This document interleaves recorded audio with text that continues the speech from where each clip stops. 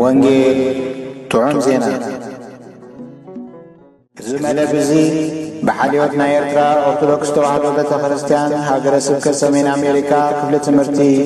እናተዳለወ ዝቐርብ ሰሙናዊ ናይ ስብከት ወንጌል አገልግሎት እዩ።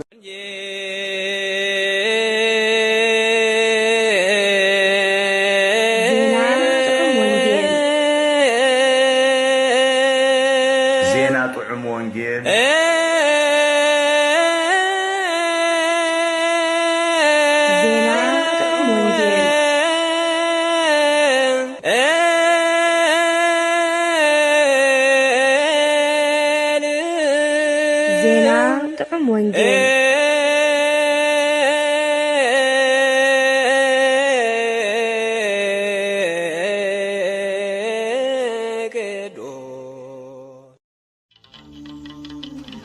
زمن محرتكم بلوتو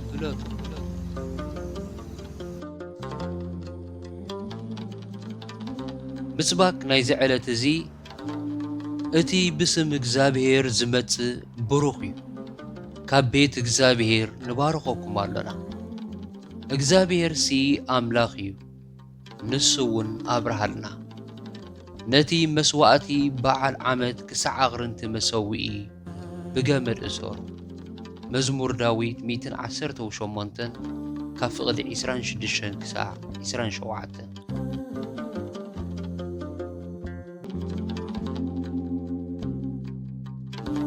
نبابات وانجيل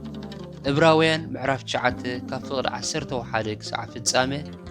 قدامي بيتروس معرف 4 كفقد 1 كساع 11 جبرها واريات معرف إسران شومونتن كفقدي 17 كساع 23 وانجيل يوحنس معرف 5 كفقدي 15 كساع 29 قداسي زغورغوريوس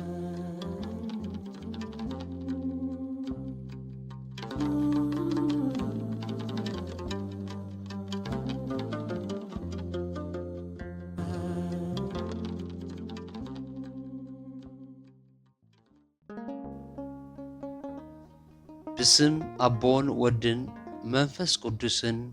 حد أملاخ تأجاو قويتا إيسوس كريستوس مسكولاتنا يكون أب كل كرناعة عالم زلهم حزب كريستيان برديت ناي إجزابير أملاخنا إنه أرست ناي سومنزي وانجيل طعم زينا زمن محراتكم فلوتو نزبل كنكافل سلز بقعنا إجزابير سبحات يكونو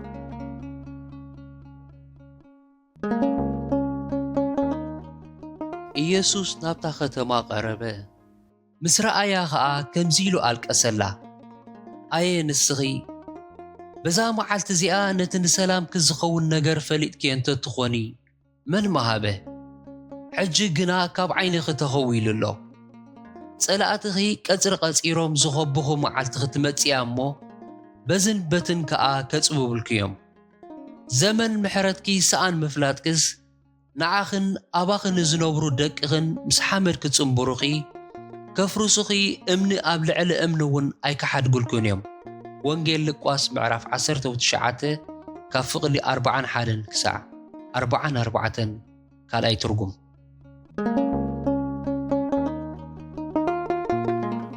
إنه زعلت زي شام ناي سنبت ناي زعابيت صومن بعاله هوساناني نخلاتنا روحس بعاله هوسانا يقبرلنا علته هوسانا ويتانان مدحانينان إيسوس كريستوس أبزا مدرزيا بدرجة حزبي كبر زرخبلا ناي مجمرتان ناي موداتان أنكو معالتيا إذا خبرت علت زيا قدسان نبيات منفس قدس قليت اللوم تنبيت زتنبيولا فليت معالتيا نبي زكارياس نزا معالت زيا أملكيتو أتقال تيون أزيخ تحوقسي أتقال إيرساليم على البلي إنه نقسكي نسو تصادق مدحانن تحتنيو أب أدقي أب تسابع أدقي توطيحو نباخي متسألو بمبال تنبي نبره زكارياس معرف شعاته فقدت شعاته اتي ناي زعلت زي مسباك ناي مزمور داويد ون ብዛዕባ እዚ ዕለተ ሆሳዕና ዝተነግረ ትንቢታዊ መዝሙር እዩ። ሆሳዕና ዝብል ቃል ናይ ኢብራይስጥ ቃል እዩ። ብትግርኛ ብዝትርጎም ድማ አድሕን ኮታ ማለት እዩ። እዚ ትንቢታዊ መዝሙር እዚ ብዛዕባኡ ዝተዘርበ ምዃኑ ጎይታና ኣብቲ ብምኽንያት ሆሳዕና ፈሪሳውያን ክጻብኡዎን ክምግትዎን ከለዉ ኣብ ዝሃቦ መልሲ ኣረጋጊጸልና ኣሎ። ብዛዕባቶም ንኽብሩ ብጭድርታ ዝዝምሩ ዝነበሩ ደቂ መዛሙርቱ ምስ ተናደዱ እዚኣቶም ዝብልዎስ ትሰምዖ ዘለኻ? መምህር ደቂ መዛሙርትኻ ግን ሓዮም በልዎ። ጎይታና ድማ ነቲ ብዛዕባኡ ኣብ መዝሙር ዳዊት ምዕራፍ 8 ፍቕዲ 2 ዝተነግረ ትንቢታዊ ብምጥቃስ እወ ነቲ ካብ ኣፍ ቆልዑን ህፃናትን ምስጋና ኣዳሎኻ ዝብል ትንቢትሲ እኳ ዶ ኣየንበብኩሞን ብምባል ጠቐሰሎም። እምበኣር እዚ ክቡር በዓል እዚ እቲ ቅድሚ ኣማኢትን ኣሽሓትን ዓመታት ብመንፈስ ቅዱስ ዝተነግረ ኩሉ ትንቢታት ኣብ ባይታ ብግብሪ ዝተፈጸመሉ ፍሉይ መዓልቲ እዩ። እዚ ንጎይታና ዝተዋህበ ንጉሳዊ ክብሪ እዚ ኣብቲ ኣብ ልዕሊ ጎይታና ዝወርድ ዝነበረ ተቃውሞ ኣብ ዝለዓለ ጥርዙ ዝበፅሓሉ ስቕለቱን ሞቱን ኣብ ድርኩኺት ትግባረ ዝበፅሓሉ ቅንያት እዩ ዝነበረ። እንተኾነ እግዚኣብሔር መንፈስ ቅዱስ ዝተዓጥቀሉ ጉዳይ ስለ ዝነበረ ንምዕንቃፉ ዝተገብረ ኩሉ ሰይጣናዊ ሃቐናታት ከይተዓወተ ተረፈ። ብደቀ መዛሙርቱ ዝጀመረ ምስጋናን ክብርን ናብ መልእቲ ከተማ ልሒሙ ከተማ ኢየሩሳሌም ብሆይታን ጭድርታን ተናወፀት። እዚ ትርኢት እዚ ነቶም ቀንዲ ተቃወምቱ ፈሪሳውያን ንሓድሕዶም ተቃዊምኩም ሓንቲ ከም ዘይተስልጡ ትርእዩ ኣለኹም፣ እንሆ በዓሎሙ ደድሕሪኡ ይስዕብ ኣሎ ተባህለሎም ቅጽበቶም ክእመኑ ገበሮም። እዚ መዓልቲ እዚ ነቲ ህዝቢ ደኣ መዓልቲ ሓጎስን መዝሙርን ይንበር እምበር ንጎይታና ግና መዓልቲ መልቀስን ቁጣዓን እዩ ዝነበረ። ናብታ ከተማ ምስ ቀረበ ህልው ውድቀታን ናይ መጻእ ጥፍኣታን ስለ ዝተረኣዮ ነቲ ኣብ መሪሕ ጠቕስና ሰፊሩ ዘሎ መልቀስ ኣልቀሰላ። ናብ ውሽጢ ናይታ ከተማን ናብቲ ቤት መቕደስን ምስ ኣተወ ድማ ብቕንኣት ቤቱ ክቁጣዕ ዝገብሮ ትርኢት ረኣየ። እቲ ንኽብሪ ኣምላኽ ዝተሃንፀ ቅዱስ ቤት መቕደስ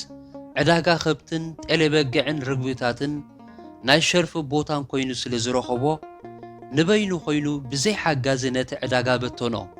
ካብ ቀጽሪ ቤት መቕደስ ሰጊጉ ድማ ቤቱ ኣጽረየ። እቶም ንኽጻብእዎ ካብ ከባቢኡ ዘይርሕቑ ጸላእቱ በየናይ ስልጣን ነዚ ይገብር ከም ዘሎን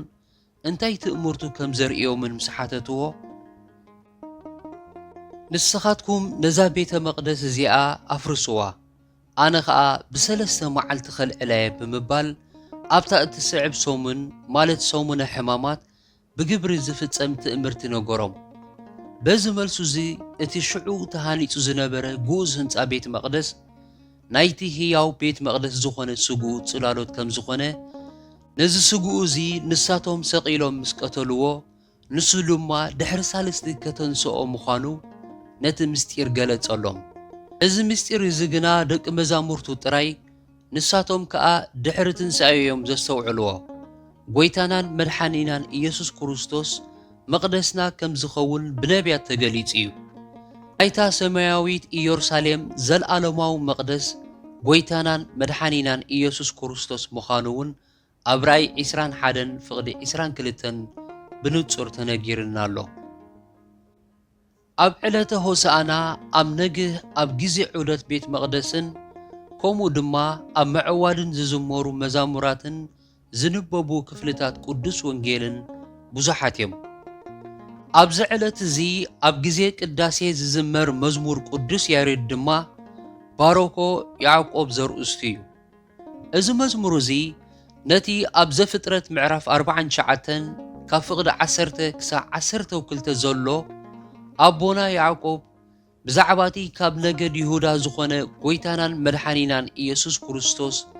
ዝተዛረቦ ትንቢታዊ ምረቓ መሰረት ገይሩ ዝተደርሰ እዩ።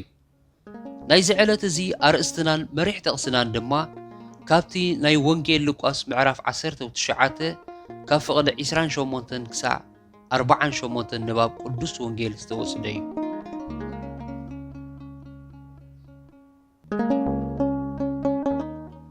ጎይታናን መድኃኒናን ኢየሱስ ክርስቶስ ዘመን ምሕረት ኢሉ ዝሰመዮ ነየናይ ዘመን እዩ ንምሕረት ከዘመን ኣለዎ ድዩ እግዚአብሔር ኩሉ ግዜ ደይኮነን ዝምሕር ብርግጽ ከም ኩሉ ካልእ ነገር ኣብ እግዚአብሔር ንምሕረት እውን ግዜን ዘመንን ኣለዎ ነቲ ምሕረተኛ ባህሪ ናይ እግዚአብሔር ግን ናይ ግዜ ደረት የብሉን ስለዚ ኸኣዩ ቃል እግዚአብሔር ምሕረቱ ንዘለዓለም ይነብር ዝብለና እቲ ምሕረት ዘድልዮ ውልቀ ሰብን ህዝብን ግን ንዘለዓለም ኣይነብርን እዩ ናይ ዕድመ ናይ ህላወ ደረት ኣለዎ ዕድመ ህላውኡ ጥራሕ ዘይኮነ ዓይነትን መጠንን ናይ ኣበሱ እውን ነቲ ናይ ምሕረት ዘመኑ ይድርቶ እዩ ናይ እግዚአብሔር ምሕረት ግን ዘለዓለማዊ እዩ ቅድሚ ምስራት ዓለም ማዕረ ህላዊ ምስኡ ዝነበረ ድሕሪ ሕልፈት ዓለም እውን ንዘለዓለም ምስኡ ዝነብር እዩ እግዚአብሔር ምሕረቱ ክልእኸልና ምሕረት ተወዲእዎ ስለ ዝሰኣነ ዘይኮነስ ንሕና ነቲ ክቡር ምሕረቱ ክሳዕ ዘይንበቅዕ ክሳዕ ክንድኡ ብሓጢኣት ርእስና ስለ ዘሕሰርና እዩ ጎይታና ብዛዕባ ኢየሩሳሌም እናልቀሰ ዝተዛረበሉ ዘመን ምሕረት እቲ ብልደቱ ዝጀመረ ቅድሚ ኩሉ ድማ ንህዝቢ እስራኤል ዝተገልጸ ናይ ምሕረት ዘመን እዩ እግዚአብሔር ወልድ ካብ ሰማየ ሰማያት ወሪዱ ካብ ቅድስቲ ድንግል ማርያም ተወሊዱ ፍጹም ሰብ ዝኾነሉ ዕላማ ንሕና ካብቲ ማእልያ ዘይብሉ ሓጢኣትናን ሳዕቤኑን ዘለዓለማዊ ምሕረት ምእንቲ ክንረክብ እዩ ዕለተ ልደቱ ድማ እዚ ዘለዓለማዊ ምሕረቱ እዚ ብወግዒ ዝጀመረሉ መዓልቲ እዩ እዚ ሓቂ እዚ ከዓ ገና ጎይታና ምስ ተጠንሰ ብኣዴና ቅድስቲ ድንግል ማርያምን ብካህን ዘካርያስን ተገሊጽልና እዩ ብስራት ቅዱስ ገብርኤል ሰሚዓ ናብ ቅድስቲ ኤልሳቤጥ ምስ ከደት እግዚአብሔር መንፈስ ቅዱስ ምስጢረ ስጋዊ ድሮ ኣብኣ ከም ዝተፈጸመ ኣደ ጎይታይ ናባይ ክትመጽኸ እዚ ኻበይ ኮነለይ ብዝብል ቃል ብልሳን ቅድስቲ ኤልሳቤጥ ኣረጋገጸላ ንሳ እውን በቲ ብመንፈስ ቅዱስ ዝተደረኸ ጸሎት ምስጋናኣ ከምቲ ነቦታትና ንኣብርሃምን ንዘርኡን ዝተስፈዎ ክሳዕ ዘለዓለም ምሕረቱ እናዘከረ ንእስራኤል ባርኡ ተቐበሎ ብምባል ንቤት እስራኤል ኮነ ነቲ ብእምነት ውላድ ኣብርሃም ክኸውን ዝበቕዐ ኩሉ ዘመን ምሕረት ከም ዝመጻሉ ተኣመነት ቅዱስ ዮሐንስ መጥመቕ ምስ ተወልደ ድማ ኣቦኡ ካህን ዘካርያስ ብመንፈስ ቅዱስ ተደሪኹ ብዛዕባ ምሕረት ኣምላኽ ንህዝቡ ስለ ዝበጽሖምን ዝተበጀዎምን ኣምላኽ እስራኤል ይባረኽ ከምቲ ብኣፍ ናይቶም ካብ ጥንቲ ዝነበሩ ቅዱሳን ነቢያት እተዛረቦ ኣብ ቤት ዳዊት ባርኡ ቀርኒ ምድሓን ማለት ሓይሊ ምድሓን ኣተንሰኣልና ምስ ኣቦታትና ምሕረት ክገብር ነቲ ቅዱስ ኪዳኑ ዘኮሮ እቲ ነቦን ኣብርሃም ዝመሓለሉ መሓላ ሃበና ኣታ ህፃን ንስኻ ድማ ንህዝቡ ብሕድገት ሓጢኣቶም ፍልጠት ምድሓን ክትህቦም መገዱ ከተቕንዕ ቀቅድሚ ጎይታ ክትከይድ ኢኻ እሞ ነቢይ ናይቲ ልዑል ክትበሃል ኢኻ ንእጋርና ናብ መገዲ ሰላም ከቕንዓ ነቶም ኣብ ጸልማትን ኣብ ድነ ሞትን ተቐሚጦም ዘለዉ ሓጥኣን ከብርህ ስለ ሩሕሩሕ ምሕረት ኣምላኽና ብኡ ማለት ብክርስቶስ ካብ ላዕሊ በርቂ ፀሓይ ክበጽሓና እዩ ብምባል ብስራትን ትንቢትን ተዛረበ ካህን ዘካርያስ ምሕረት ኣምላኽ ብክርስቶስ ከም በርቂ ፀሓይ ካብ ላዕሊ ካብ ሰማይ ክበጽሓና ምዃኑ ኣረጋጊጽልና ኣሎ ስለዚ እቲ ፍጹም ኣምላኽ ፍጹም ሰብ ኮይኑ ኣብዛ ምድር እዚኣ ካብ ዝተገልጸሉ ዕለት ጀሚሩ ክሳዕ ዳግም ምጻት ዘሎ ግዜ ዘመን ምሕረት እዩ ከምኡ ስለ ዝኾነ ከዓ ቅድስቲ ቤተ ክርስቲያን ነቲ ዓመተ ዓለም ተባሂሉ ዝጽዋዕ ዝነበረ ዘመን ካብታ ጎይታና ዝተወልደላ ዕለት ንድሓር ዘሎ ዘመን ዓመተ ምሕረት ኢላ ብምጽዋዕ ኣብ ዘመን ምሕረት ንነብር ከም ዘለና ተኣመነትን ኣወጀትን እንተኾነ ንምሕረት ወሃቢ ጥራሕ ዘይኮነ ተቐባሉ እውን የድልዮ እዩ ነቲ እግዚአብሔር ፈቲ ዝሃበካ ምሕረት ፈቲኻ እንተ ተቐበልካዮ ናይ ብሓቂ ምሕረት ይኾነልካ ተተሓሰምካዮ ግና እቲ ምሕረት ናብ ቁጣዓ ይልወጥ ንህዝቢ እስራኤል ድማ ከምኡ ይበጽሕዎም እቲ ብክርስቶስ ተዋህቦም ናይ ምሕረት በርቂ ፀሓይ ን7 ዓመት ዝኣክል ምስ ነጸግዎ ብጀነራል ቲቶስ ዘመን ቁጣዓን መዓትን ተሰርዓሎም ጎይታ ድማ ብዛዕባ ዝመዓት እዚዩ ዘልቀሰሎም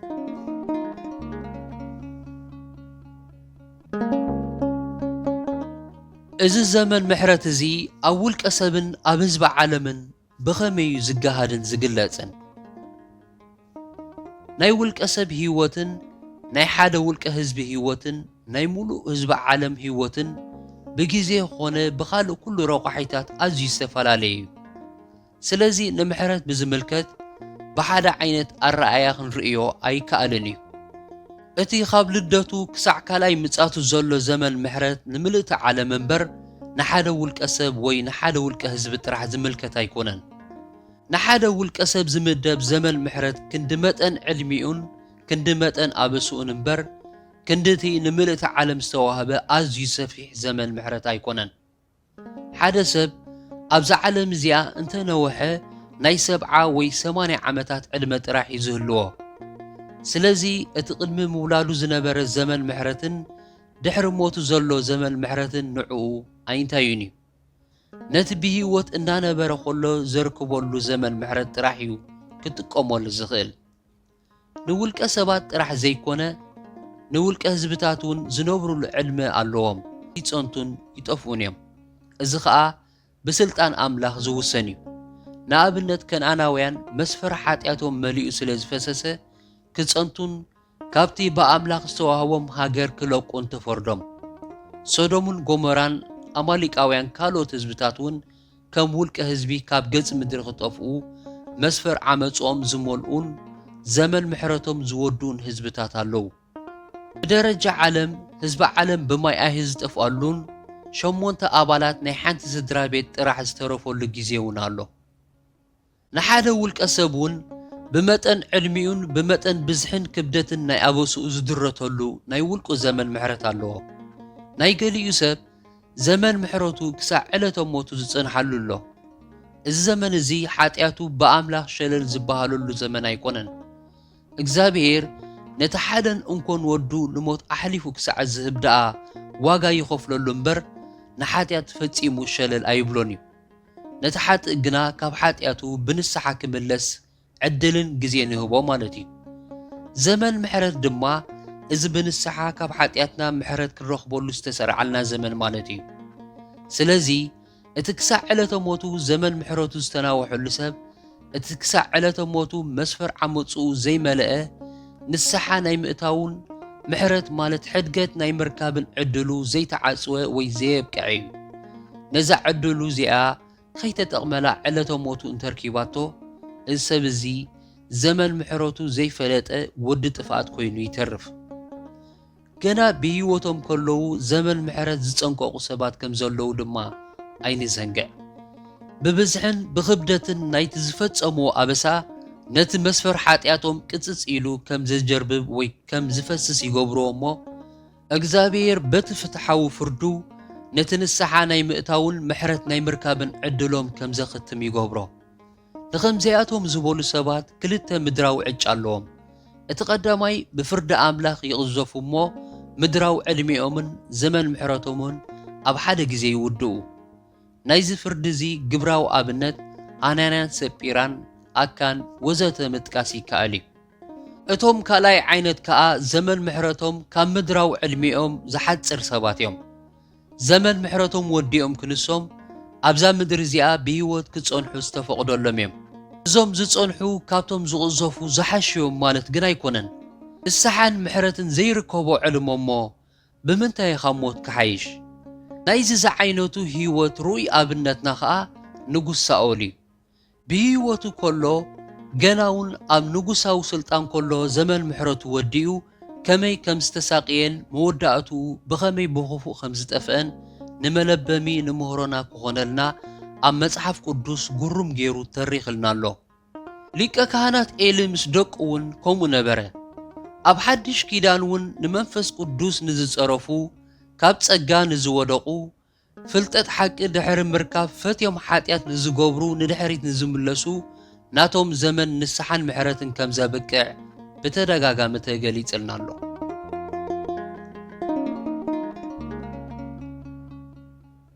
ዘመን ምሕረትና ከም ዝተወድአን ከም ዘይተወድአን ክንፈልጥ ንኽእል ዲና? እዚ ፍልጠት እዚ መለኮታዊ እምበር ሰብኣዊ ፍልጠት ኣይኮነን።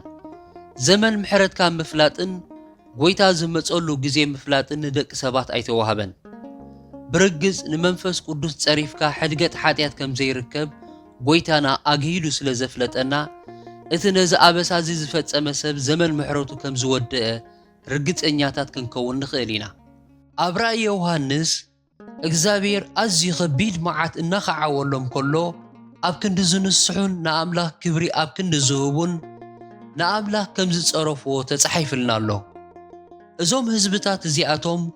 ዘመን ንስሕኦምን ዘመን ምሕረቶምን ከም ዝወድኡ ኮቶ ዘየጠራጥር እዩ ብኣንጻሩ ኸዓ መዓት ኣምላኽ ምስ ወረዶም ንዕኡ ተዓዚቦም ብፍርሃት ኣምላኽ ተደሪኾም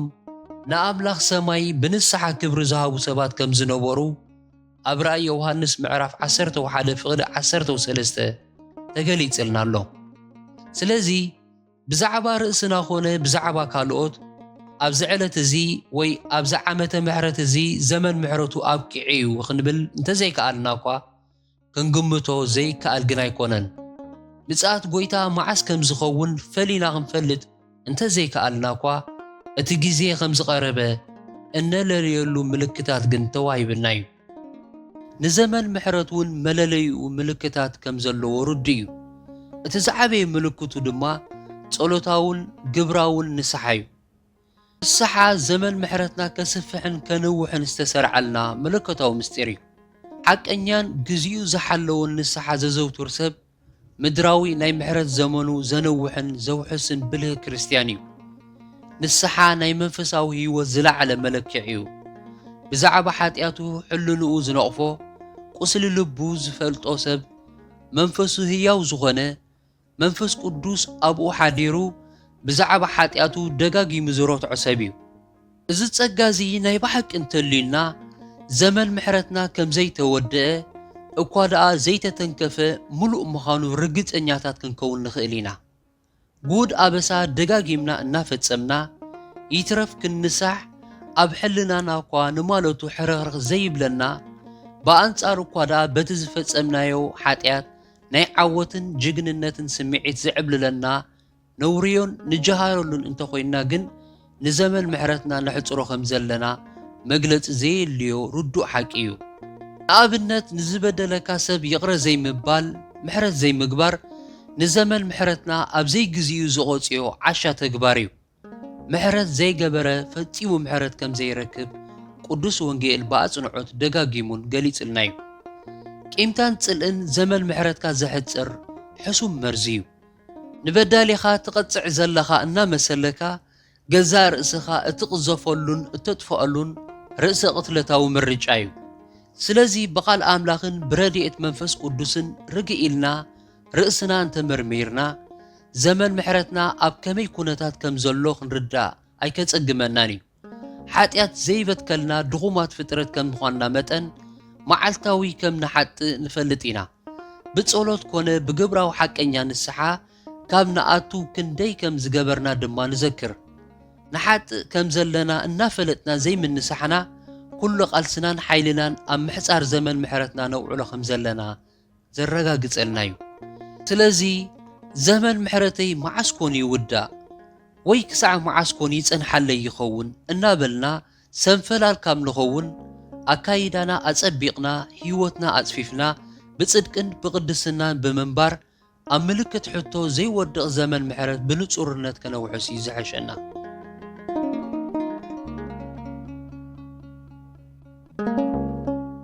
ንዘመን ምሕረትና ብኸመይ ኢና ክንፈልጦን ከም ዝግባእ ክንጥቀመሉን ንኽእል ናይ ደቂ ሰባት መንፈሳዊ ፍልጠት ኣብቲ ብመንፈስ ቅዱስ ተዋህበና ቃል ኣምላኽ እዩ ዝምስረት ቃል ኣምላኽ ዘይፈልጥ ሰብ ብዛዕባ ኣምላኹ ብዛዕባ ዝዓለም እዚኣን ብዛዕባ እቲ ዝገዝኣ ዘሎ ዲያብሎስን ኮነ ብዛዕባ ናይ ገዛ ርእሱ መንፈሳዊ ሃለዋት ወልሓንቲ ዝፈልጦ ነገር ኣይህልዎን እዩ ስለዚ ኻዩ እግዚኣብሔር ቃሉ ኣብ ሓደ መጽሓፍ ተጠሪዙ ኣብ ኢድ ነፍሲ ወከፍ ክበጽሕ ንዕኡ ዝምሁሩና ሰበኽትን መምሃራን ናይ ወንጌል ክህልወና ዝገበረ ንቃሉ ክነንብቦን ክነፍቁሮን ክንእዘዞን ድማ ሓገገልና ደጋጊሙ ድማ ህዝበይ ሰኣን ፍልጠት ይጠፍእ እናበለ ኣጠንቀቐና ነቲ መለከታዊ ቃል ብዓቕሚ ስጋ ኣእምሮ ክንርድኦ ስለ ዝኸብደና ድማ ነቲ ዘብርሃልናን ዘስተምህረናን ጽቡቕ መንፈሱ ኣባና ኣሕደሮ እግዚአብሔር ነዚ ኩሉ ድሕር ምግባሩ ዝተርፍ ነገር እንተልዩ እቲ ናትና ግደ ጥራሕ እዩ ቅዱስ ዳዊት ምሕላው ቃልካ ናተይ ግደዩ ከም ዝበለ ነዚ ቃል እዚ ኣንቢብና ኣስተንቲና መርሚርና ኣጽኒዕና ብኡ መንፈሳዊ ሚዛንና ክንቃንይን ከነጥዕይን ናትና ሓላፍነትን እዩ ገለ ነገር ክንገብር ክንዛረብ ወይ ክንሓስብ ዝድርኸና ኩነታት ክፍጠር ከሎ ብዛዕባ እዚ ኩነታት እዚ ቃል እግዚአብሔር እንታይ ክገብር እንታይ ክዛረብ እዩ ዝእዝዘኒ ሕጂ ክገብሮ ዝሓስብ ዘለኹ ንዘመን ምሕረተይ ዘንውሕ ልዩ ዘሕጽር ነዚ ኩነታት እዚ ብኸመየ ንኽብሪ ኣምላኽን ንመንፈሳዊ ረብሓይን ክጥቀመሉ ዝኽእል ብዝብል ኣማእዛኒ ሕቶታት ተመሪሕና ክንዋሳእ ይግባአና ብዛዕባ ዝተኸስተ ኩሉ ኩነታት ከም እንስሳ ብደመ ነፍሲ ደስ ከም ዝበለና ብዛዕባ ሳዕቤኑ ከይሓሰብና ግብረ መልሲ ንህብ እንተኾይንና ግን ነቲ ኣምላኽ ብሕያውነቱ ዝሰርዓልና ዘመን ምሕረትና ንጥፍኣትና ንጻወተሉ ኣለና ማለት እዩ ኣብዛ ምድሪ እዚኣ ብህይወት ከለና ዘጋጥመና ኩሉ ኩነታት ምስ ዘመን ምሕረትና ቀጥታዊ ዝምድና ከም ዘለዎ ፈጺምና ይንረስዕ ኣብ ሓደ መዓልቲ እናሓስቦ ሓሳባት እንዛረቦ ቃላት እንገብሮ ተግባራት ክንቋጻጸሮ እንተንፍትን ፈጺምና ኣይምኽኣልናን ኣብ እግዚአብሔር ግን ሓንቲ እኳ ኣይተምልጥን እያ ነፍሲ ወከፍ ድማ እንተ ብእወታ እንተ ብኣሉታ ኣብቲ ናይ ምሕረት ዘመንና ኣዝዩ ልዑል ዝኾነ ዘለኣለማዊ ተጽዕኖ ኣለዎ ስለዚ እቲ ክንሓስብ ክንዛረብ ወይ ክንገብር ከለና ብዘርባሐና ኣገባብ ብልዑል ጥንቃቕ እንተዘይገበርናዮ ኣብቲ ዝስዕብ መዓልትታት ከነቕንዖ ዘሎ ተኽእሎ ከም ዓይኒ መርፍእ ክሳዕ ዝኸውን እናጸበበ እዩ ዝኸይድ ንዘመን ምሕረቱ ብዕውት ኣገባብ ከመሓድሮ ዝኽእል እቲ ንዝረኸቦ ዕድመን ዕድልን ብዓይኒ ዘመን ምሕረቱ ዝጥምቶ ሰብ ጥራሕ እዩ እምበኣር ነቲ ከም ውልቀ ሰባት ተሰሪዕልና ዘሎ ዘመን ምሕረትና ብኸመይ ነመሓድሮ ከም ዘለና ብጥንቃቐ ርእስና ንመርምር እዚ ሓጺርን ምድራውን ዘመን ምሕረትና ዘለኣለማዊ ምሕረት ከም ዝወልደልናን ዘውሕሰልናን ጌርና ንነብሮ ነመሓድሮን ከም ዘለና ነረጋግጽ ምኽንያቱ ነዚ ኣምላኽ ብሕያውነቱ ዝሰርዓልና ዘመን ምሕረት እንርእዮ ኣተሓሕዛ ዘለኣለማዊ ክብሪ ወይ ከዓ ዘለኣለማዊ ስቓይ ክወልደልና እዩ ጎይታና ከምቲ ብዛዕባ ኢየሩሳሌም ዘልቀሶ ብዛዕባና ከየልቅስ ብመንፈሳዊ ልቦና ንንበር በዚ ሓጺር ምድራዊ ዘመን ምሕረት ዘይውዳእ ዘለኣለማዊ ምሕረት ከም ንቕበል ነረጋግጽ ጸጋ ጎይታ ኢየሱስ ክርስቶስን ፍቕሪ ኣምላኽን ሕብረት መንፈስ ቅዱስን ምስ ኩላትና ይኹን